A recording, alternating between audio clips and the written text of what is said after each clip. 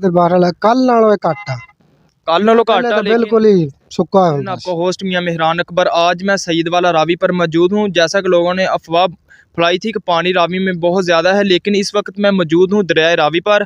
जो पानी की क्यूसेक है वो बहुत कम हो चुकी है। आइए मज़ीद जानते हैं वाम से, वाम क्या कहना चाहती है। वाम दरियाए रावी पर मौजूद है मेरे साथ। अस्सलाम वालेकुम जी। वालेकुम अस्सलाम अच्छा, तुसी दरियाए रावी ते सैर करने वास्ते आए हो? जी। अच्छा, दरियाए रावी च पहलों भी पानी इन्ना सी या हुण बनिस्बत हुण आया पानी ज़्यादा? नहीं जी, पहले कुछ थोड़ा सीगा ते हुण कुछ वावा आया वा ते बहरहाल कल नालों ये घੱਟ आ। कल नालों घट आ, लेकिन असी वाह ऐसी फैली सी कि पानी दरिया रावी च बहुता आ गया, किनारे टुटन वाले ने, ये हो गया वो हो गया। लेकिन असी इस टाइम मौजूद हाँ दरिया रावी ते ही, ते ए दरिया रावी दा पानी कम नज़र आ रहा।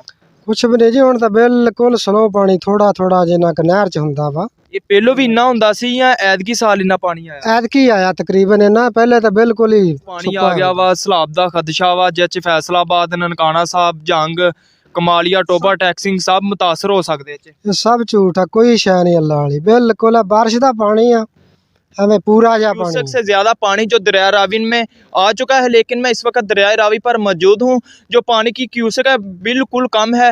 अवाम का कहना है कि लोगों ने बताया था कि फैसलाबाद, ननकाना साहब, जड़ांवाला और जंग में पानी आ सकता है, ये इलाके मुतासर हो सकते हैं।